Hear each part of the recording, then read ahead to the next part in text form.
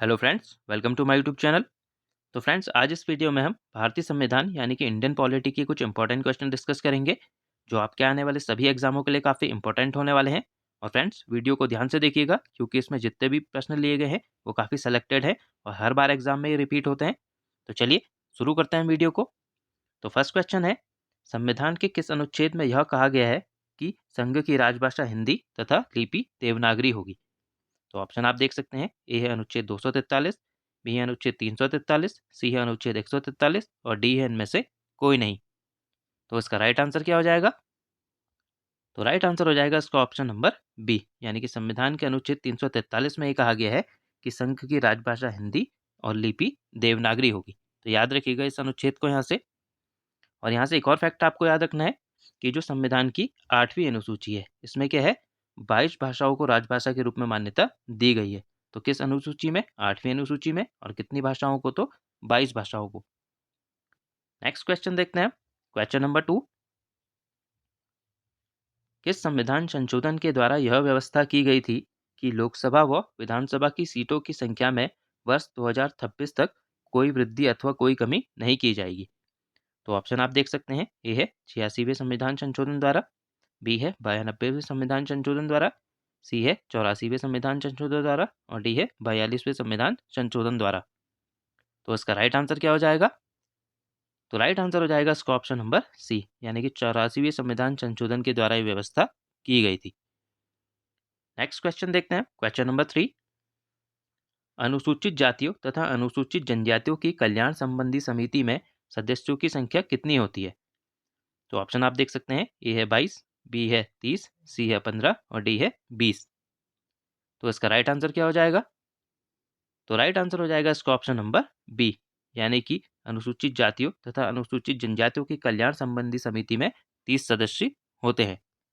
और ये जो 30 सदस्य होते हैं इनमें से क्या है, 20 सदस्य लोकसभा से और जो 10 सदस्य होते हैं वो राज्यसभा से होते हैं। तो इनकी संख्या भी याद रखिएगा, ये भी एग्जाम में पूछी जाती है। नेक्स्ट क्वेश्चन देखते हैं। क्वेश्चन नंबर 4, अंतर्राज्य परिषद का गठन निम्नलिखित में से कौन करता है? तो ऑप्शन आप देख सकते हैं। ए है प्रधानमंत्री, बी है लोकसभा अध्यक्ष, सी है उपराष्ट्रपति और डी है राष्ट्रपति। तो इसका राइट आंसर क्या हो जाएगा?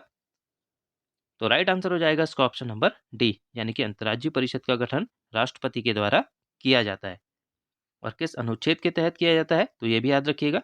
तो अनुच्छेद 263 के तहत क्या है, इसका गठन किया जाता है। ये अनुच्छेद काफ़ी इंपॉर्टेंट है और काफ़ी बार एग्जाम में पूछा जाता है। और इसके तहत क्या है, केंद्र एवं राज्यों के बीच समन्वय स्थापित करने के लिए राष्ट्रपति एक अंतर्राज्यीय परिषद का गठन कर सकता है।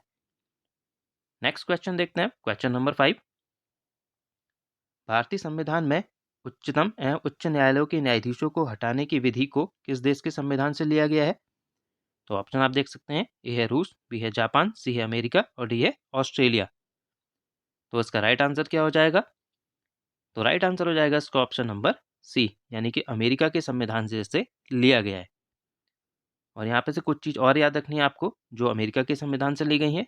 तो ये क्या क्या है, मौलिक अधिकार, न्यायपालिका की स्वतंत्रता, राष्ट्रपति पर महाभियोग और वित्तीय आपात, इन चारों को भी याद रखिएगा। ये किसके संविधान से लिए गए हैं? अमेरिका के संविधान से। नेक्स्ट क्वेश्चन देखते हैं। क्वेश्चन नंबर 6, राज्य की नीति के निर्देशक तत्व एक ऐसा चेक है जो बैंक की सुविधानुसार अदा की जाएगी, यह कथन किसने कहा था? तो ऑप्शन आप देख सकते हैं। ए है जेके ऑस्टिन, बी है केटी शाह, सी है डॉक्टर भीमराव अंबेडकर और डी है डॉक्टर राजेंद्र प्रसाद। तो इसका राइट आंसर क्या हो जाएगा? तो राइट आंसर हो जाएगा इसका ऑप्शन नंबर बी, यानी कि केटी शाह के द्वारा ये कथन कहा गया था। और जो राज्य की नीति के निर्देशक तत्व हैं ये संविधान के किस भाग में है? तो संविधान के भाग 4 में।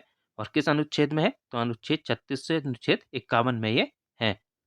और जो नीति निर्देशक तत्व हैं इन्हें किस देश के संविधान से लिया गया है? तो आयरलैंड के संविधान से इसे लिया गया है। तो ये फैक्ट भी याद रखिएगा यहाँ से।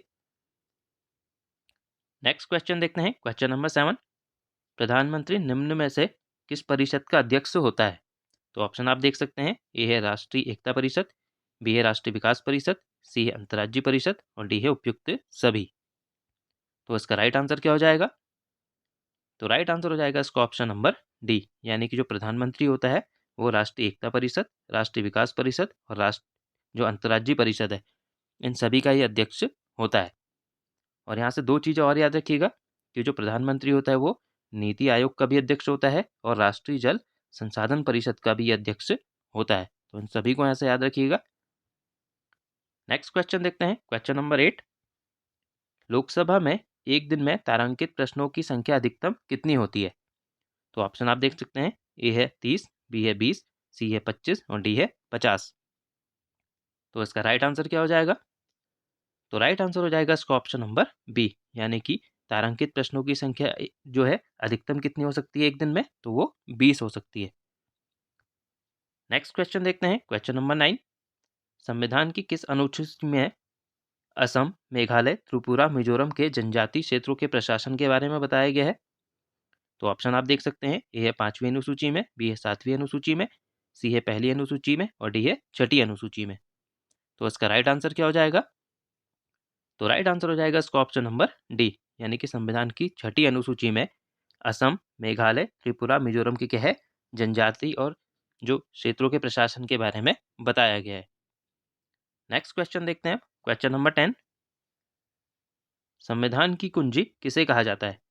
तो ऑप्शन आप देख सकते हैं, ए है प्रस्तावना को, बी है मौलिक अधिकारों को, सी है नीति निर्देशक तत्वों को और डी है अनुच्छेद 32 को। तो इसका राइट आंसर क्या हो जाएगा? तो राइट आंसर हो जाएगा इसका ऑप्शन नंबर ए, यानी कि जो संविधान की प्रस्तावना है इसे क्या है संविधान की कुंजी कहा जाता है। नेक्स्ट क्वेश्चन देखते हैं, क्वेश्चन नंबर 11। भारत में नए राज्यों के गठन, उनकी सीमाओं तथा उनके नामों में परिवर्तन का अधिकार किसे दिया गया है? तो ऑप्शन है, ए है संसद को, बी है राष्ट्रपति को, सी है प्रधानमंत्री को और डी है उपराष्ट्रपति को। तो इसका राइट आंसर क्या हो जाएगा? तो राइट आंसर हो जाएगा इसका ऑप्शन नंबर ए, यानी कि ये अधिकार किसको, संसद को ये अधिकार दिया गया है। नेक्स्ट क्वेश्चन देखते हैं, क्वेश्चन नंबर 12। संविधान के किस अनुच्छेद के तहत प्रत्येक राज्य के लिए एक उच्च न्यायालय का प्रावधान किया गया है? तो ऑप्शन आप देख सकते हैं, ए अनुच्छेद 214, बी अनुच्छेद 220, सी अनुच्छेद 315 और डी अनुच्छेद 249। तो इसका राइट आंसर क्या हो जाएगा? तो राइट आंसर हो जाएगा इसका ऑप्शन नंबर ए, यानी कि संविधान के अनुच्छेद 214 के तहत क्या है प्रत्येक राज्य के लिए एक उच्च न्यायालय का प्रावधान किया गया है। और यहीं पे याद रखिएगा कि जो संविधान का अनुच्छेद 24 है, 124 है, इसके तहत क्या है जो उच्चतम न्यायालय के गठन का प्रावधान किया गया है। तो याद रखिएगा दोनों अनुच्छेद, अनुच्छेद 124 और अनुच्छेद 214। तो फ्रेंड्स, आज हमने जो इंडियन पॉलिटी के कुछ इंपॉर्टेंट क्वेश्चन थे उनको डिस्कस किया। आई होप आपको ये वीडियो पसंद आई होगी। तो मिलते हैं हम नेक्स्ट वीडियो में। Thank you friends.